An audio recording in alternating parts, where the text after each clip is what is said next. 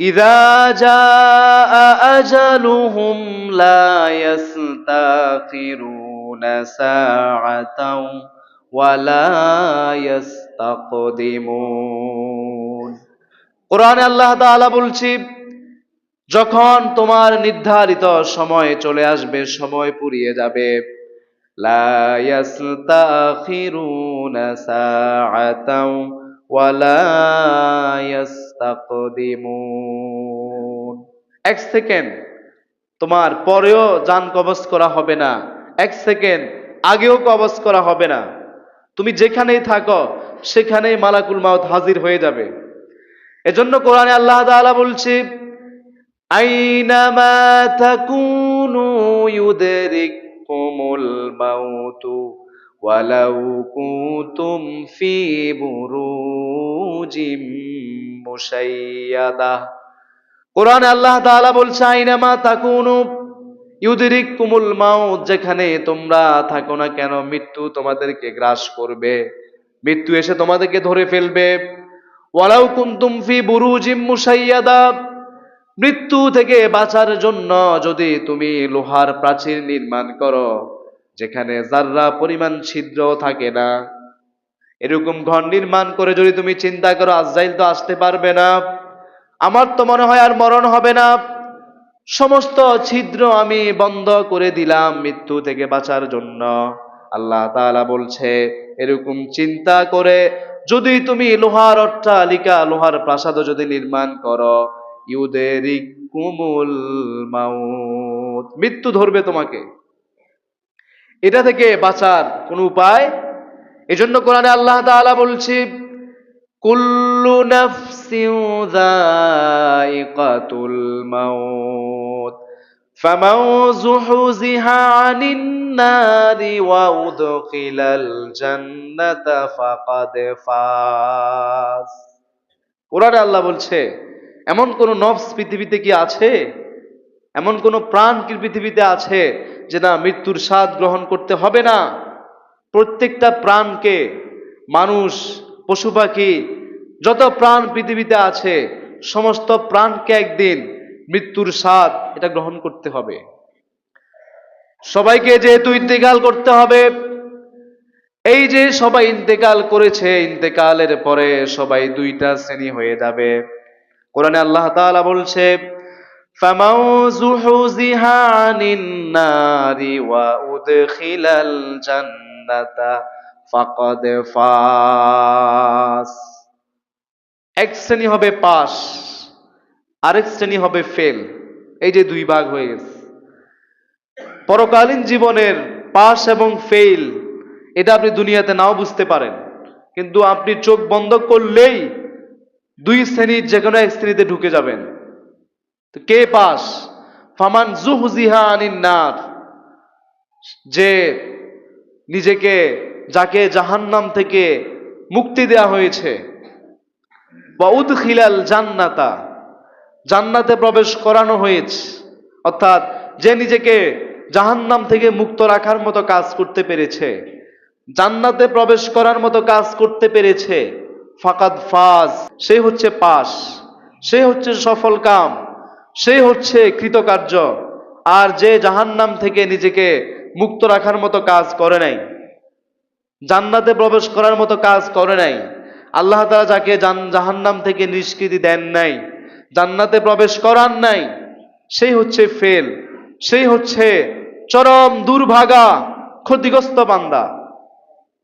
সুতরাং জাহান্নাম থেকে মুক্ত রাখার, জান্নাতে প্রবেশ করার মতো আমল এটা আমাদের প্রতিটা সেকেন্ডেই করতে হবে। কারণ ওই সেকেন্ডে যদি আপনার মরণ হয়ে যায় তখন আপনি কি করবেন? এজন্য বুদ্ধিমানের কাজ হবে যে সব সময় সে মৃত্যুর জন্যই প্রস্তুত থাকবে, এমনকি পরকালীন জীবনের প্রস্তুতি গ্রহণ করবে। সে মনে করবে যে আমার কিছুক্ষণ পরেই ইন্তিকাল হবে। এজন্য কোরআনে আল্লাহ তাআলা বলছি, ইয়া আইয়ুহাল্লাযীনা আমানুত্তাকুল্লাহা ওয়াল তানজুর নাফসুম মা কদ্দামাত লিগাদিন ওয়াত্তাকুল্লাহ ওয়াত্তাকুল্লাহ ইন্নাল্লাহা খাবীরুম বিমা তা'মালুন। কোরআনে আল্লাহ তাআলা বলছে, ঈমানদাররা শোনো, তোমাদেরকে একটা আমি মেসেজ দিয়ে যাই, তোমাদের ভালোর জন্য আমি একটা কথা বলি, সেটা শোনো। ইয়া আইয়ুহাল্লাযীনা আমানু, এই কথাটা আল্লাহ তাআলা সবাইকে বলেন নাই। অনেক আয়াত আপনি পাবেন যেখানে আল্লাহ তাআলা ইয়া আইয়ুহান নাস বলেছেন, সমস্ত মানুষদেরকে আল্লাহ তাআলা ডেকে কিছু কথা বলেছেন। আবার কিছু কথা পাবেন যেগুলা শুধুমাত্র ঈমানদারদেরকে বলেছেন, সবাইকে আল্লাহ তাআলা বলেন নাই সিক্রেট কথা।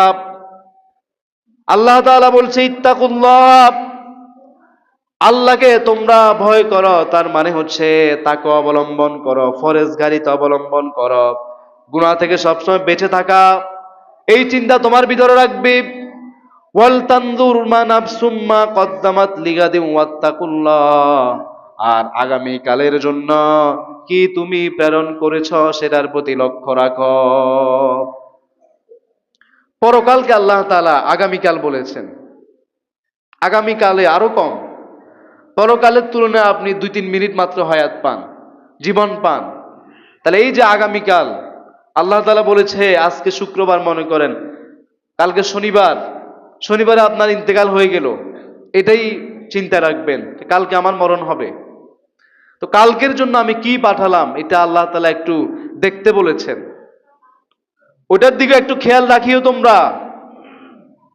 কালকে যদি তোমার মরণ হয়ে যায়, ওই মৃত্যুর সেই পরবর্তী জীবনের জন্য কি পাঠিয়েছ এটা একটু তোমরা এটার প্রতি লক্ষ্য রাখিও। দুনিয়া দুনিয়া এই চিন্তা তোমাদের ভিতরে রাখবে না। আমি বলছি না যে আপনি দুনিয়া উপার্জন করবেন না, উপার্জন করবেন, ব্যবসা করবেন, বাণিজ্য করবেন, সবই করবেন। এগুলো হতে হবে আপনার পরকাল কেন্দ্রিক, আখিরাত কেন্দ্রিক। এরপর আল্লাহ তাআলা বলছে ওয়াত্তাকুল্লাহ, আবার তোমাদেরকে স্মরণ করিয়ে দিচ্ছি, সেটা হচ্ছে তাকওয়া। তাকওয়াটা তোমাকে নিয়ে আসতে হবে, ফরজগারিতা তোমাকে নিয়ে আসতে হবে পরকালে। ইন্নাল্লাহা খাবীরুম বিমা ইয়ামালুন, আর তোমরা যা কিছু করছো, ইন্নাল্লাহা খাবীরুম বিমা তা'মালুন। এরপর আল্লাহ তাআলা কি বলছেন শুনেন, ইন্নাল্লাহা খাবীরুম বিমা তা'মালুন, তোমরা যা যা করছো, আমি তো একটু আগে তোমাদেরকে পরকালের জন্য কি পাঠাচ্ছ সেটার প্রতি লক্ষ্য রাখতে বললাম।